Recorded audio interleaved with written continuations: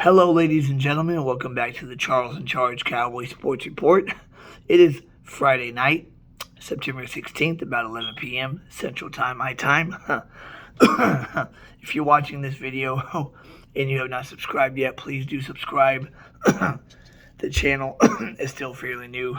My first goal is to get to 1,000 subscribers. Therefore, I can do live shows, collaboration shows, other cool stuff. Get a mic. Actually get like a decent studio, and the bigger the channel gets, the better it'll get. I will promise you that, and you will be entertained. So here we go.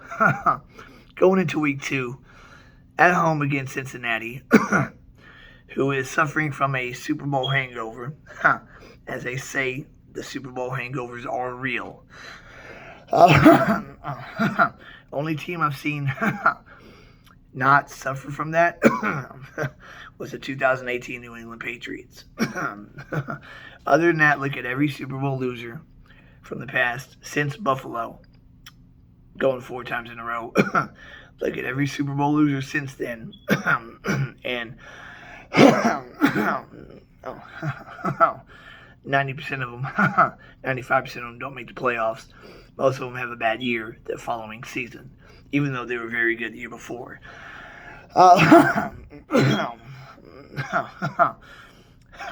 In the offseason, Cincinnati goes out and gets Lyle Collins, and they get another lineman to help shore up that offensive line that was very, very bad for Burrow last season. Week 1 against Pittsburgh, it looked like they didn't really sign anybody. Or Lyle Collins is as bad as I said he was. And that's the reason why we got rid of him and just saved that money. He was sacked 7 times, hit 11 times, threw a pick 6, and lost a fumble. Pittsburgh had Mitchell Trubisky at quarterback, which would be equivalent to us having Cooper Rush at quarterback, basically. Pittsburgh had one good wide receiver, Deontay Johnson, starting, which you could say that would be our CD Lamb. Their offensive line isn't all pro.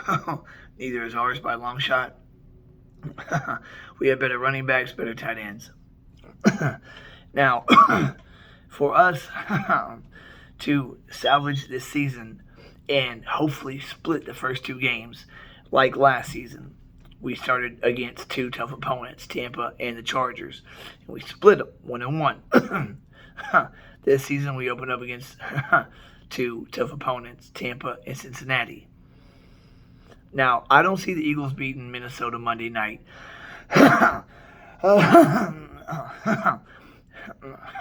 You saw Jared Goff move the football at will on that defense, put up 35.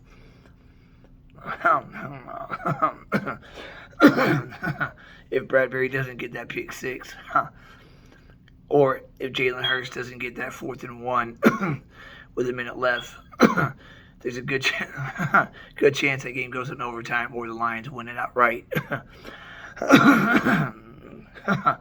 Washington had to come from behind to beat Jacksonville, and the Giants played a decent game. Very good chance all 3 of those teams lose this weekend. I think Dak will be back by week 6 against Philly. I think the surgery went very well. He'll heal up that quick. But in the meantime, Cincinnati at Giants, home against Washington, at the Rams. Those are your next 4. So, in order to weather the storm in this next quarter, we had to take a page out of the 2019 Saints playbook when Drew Brees went down early in the season with a broken thumb. Bridgewater came in. Brees was out 7 games and went 5-2. Their defense played outstanding, which ours has the same capability. Our defense is a ball hawk defense also. If Pittsburgh terrorized Joe Burrow's last weekend, our defense can very well do the same thing, especially if T. Higgins, who had a concussion, does not play, and the starting tight end or their number two tight end doesn't play either. They're both questionable. I don't think T. Higgins will go with a concussion. Usually, you're out the next week when you get a concussion, unless it's very, very, very mild. So, if we don't put, if we don't activate Jason Peters, who we signed on September 5th to the roster, and put him at left tackle and move Smith to left guard. If we play Smith at left tackle again, which is not a bad thing, but we don't have a good left guard. McGovern is out. Farniak is a horrible left guard. It is beyond stupid to just go with that 5. Peters is ready. We signed him on the 5th. He's ready. Activate him, put him at left tackle, move Tyler Smith in at left guard. He's a mauler, a great run blocker, so is Zach Martin and Terrence Steele. We're going to have to be able to run the football effectively. Elliott only got 10 carries Sunday night. Got 52 yards. 5 yards a carry. He looked good. And so did Tony Pollard. Didn't have as productive of a game, but still, looked like he did last year. We have to be able to run the ball good. And if we go with Farniak at left guard, this should be the last damn week. We can pull this victory out, but our defense has to play top notch. Has to play like they did against Kansas City at Arrowhead. Has to play like they did at Minnesota Halloween night. Has to play, as good as they can, like they have last season, and like they did on Sunday night, but better though. We got one takeaway, which is good because, Tom Brady don't turn the ball over much. We got 4 against them last season. We got 1 this time. We need to be plus three in the turnover margin. We need to give Cooper Rush at least 2 short fields. And if we can turn those into 7 points, then we're cooking. If we can score 17 to 20 points, I believe we can beat the Cincinnati Bengal team. Especially if T. Higgins don't play. Michael Gallup don't play. Derek T. Higgins don't play. That would be great. Then Diggs will be on Jamar Chase the whole game. And Anthony Brown won't have a Julio Jones to go up against. Anthony Brown was targeted, I think, 9 times, had 7 completions for 108 yards. Had another bad week 1 like he did last season. Had a good season last year, but a bad week 1 versus Tampa. And did so again. We cannot let Joe Mixon run the football very well. Pittsburgh held him to 3 yards a carry. He had 27 carries for 70, 80 yards, something like that. Held him in check. He had a few scampers, but other than that, they held the running game in check. We let Fournette go for $1, 27, 6 yards a carry. That's like 21 carries if you do the math. We got to stop the run game. We do that. We first Burrow to throw, and we send the pass rush to him. Parsons, Law, Fowler. Hopefully OC can get through that middle and disrupt like he did last season. We can win this game against Cincy, but it's going to be ugly. It's going to be, a slugfest.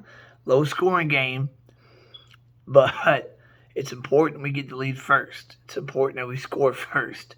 And if by the good Lord's grace we get a 2-score lead on the team, that's when we really need the running game to be playing well. to be able to control time of possession. Because we want to have time of possession like 35 to 25 or 40 to 20. So their defense can be worn down towards the second half. And we want to get 5 sacks, 6 sacks on Burrow. We want to get a strip sack. And we want to take the ball away 3 or 4 times and maybe take one in the house. Like we know that Diggs has the talent to do. I think this game is very pivotal. If we don't win it, and all the other teams in the East do lose, season's far from over. If we can get to the bye week at 4-4, we'll be all right. Because coming out of the bye week, we should be very healthy. And when we're healthy, you'll see our full potential. Right now, we are not healthy. Gallup is out. With Gallup in the game, it makes it a whole different game with just CeeDee Lamb alone. With Michael Gallup in there, you can put Noah Brown or whoever the hell you want to in the slot. And the passing game is different. When we activate Jason Peters, if we don't do it this week, and start him at left tackle and start our best 5, that's going to make a difference. A healthy Dak Prescott that can shake that week 1 out of his head can make a difference. And the defense settling in this season and playing like they did last year but better can make a difference. Judging by what we saw from our divisional opponents last week, I believe they can all lose this week very, very easily. Win your division first. You do that, you guarantee the playoff spot. So right now, the Rams lost week 1. Green Bay lost week 1. Arizona lost week 1. San Fran lost week 1. A lot of big name teams in the NFC lost week 1. We're the only one that lost our starting quarterback. But our offense is basically no worse or no better than what Pittsburgh put on the field last week. So if our defense can play as good as Pittsburgh's did, and it can, it very well can, even though Ron Kirks will be out, our safety room is deep. We got Donovan Wilson, Marquise Bell, Emily Cooker, and Izzy Akwamu, who can all make plays. So week 1's out of the way. The jitterbugs are gone. I believe our team will settle in. And if we win, it will be despite Mike McCarthy. It will be despite the Joneses. It'll be all because of Dan Quinn and Bones Fossil and hopefully Kellen Moore. Cooper Rush knows his system very well. If he does not make the big mistake, we have a good shot. If our running game is effective and we stick with it and we score first and stay on top and keep it like that, we got a shot. So I know we were favored by 1, and then the points swing all the way to Cincy favored by 7. It's an 8-point swing. That's not just because Dak went down. That's just because of how we looked. That is a hell of a big swing in Las Vegas to be favored by 1 and then be an underdog by 7 at home. So let's hope the Super Bowl hangover lingers and that heartbreaking loss Cincinnati had in overtime to Pittsburgh as time expired really knocked their morale down. And we need to start hot. If we have a good first quarter and can jump on them 3-0, 7-0, 9-0, 2 scores, which would be so beautiful. That'll be great. And if T. Higgins doesn't play, that'll be super great also. Don't listen to all the talking heads. 16 games left to play. If we are 4-4 by the bye week, we'll be all right. Because Philadelphia and Washington won't be no better than 5-3, and the Giants. I can guarantee you that. They won't be no better than 5-3 at the midway point. So if we can be 4-4 at week 8, we'll be all right. If we can be better than that, even better. But right now, it's one game at a time. And our defense hasn't played great. Our special teams hasn't played special. Anytime we punt, we need to flip the field. Anger needs to punt that ball inside the 10. Turpin had his first real NFL game. Realized it's not the USFL. It's a little bit tougher than preseason. But he said he was going to have butterflies going into the first game. He's got hit a couple good times. You saw him got popped about 3 times that game against Tampa. So now he knows what to expect. And hopefully they punt to him. And if we can get a special team touchdown, a block punt, or a punt return, that'd be great. And Cincinnati's long snapping problems could work to our favor because we had 4 block punts last season. Surprised we didn't have a blocked field goal. We could have a blocked punt or field goal this game if their deep snapper is having the same problems they did week 1. So I've got no predictions this game because I have no idea how we're going to come out and do this, but we can't. I know we have the intangibles and the players to get it done. It's if we want it more than they do. And if that Super Bowl hangover is just too much for them to overcome. So stay positive. 3:25 Central Time on Sunday. I will be at Buffalo Wild Wings watching it because whenever Houston plays at the same time we do, for some reason at 3 o'clock, even if they're not playing at home, we get blacked out. So I go to Buffalo Wild Wings to watch that. There's only like 3 times a season we're blacked out because Houston plays at noon all the time. And remember, the first half of the season is a tougher half. The second half for us is the easier half. So if we can just survive this first half, even if we're 3-5 at the bye, we'll still be all right. Because we'll be able and have a chance to make a run the last half of the season. Bye week is at the perfect spot. So that's about it, guys. Those are the things to look for. Those things happen. We have a really good shot at winning this. And if we can pull this win off and be 1-1, and Philly, Washington, and New York all lose, and after week 2 we're all 1-1. It's game on, baby. Because week 3 is Monday Night Football at the Giants. And that's a team I believe we can beat with Rush. I believe we can beat any of our divisional opponents with Cooper Rush at quarterback. So please subscribe, like, and share. Guys, season's not over yet. Now, if we start off 0-4, then we can start, talking tank.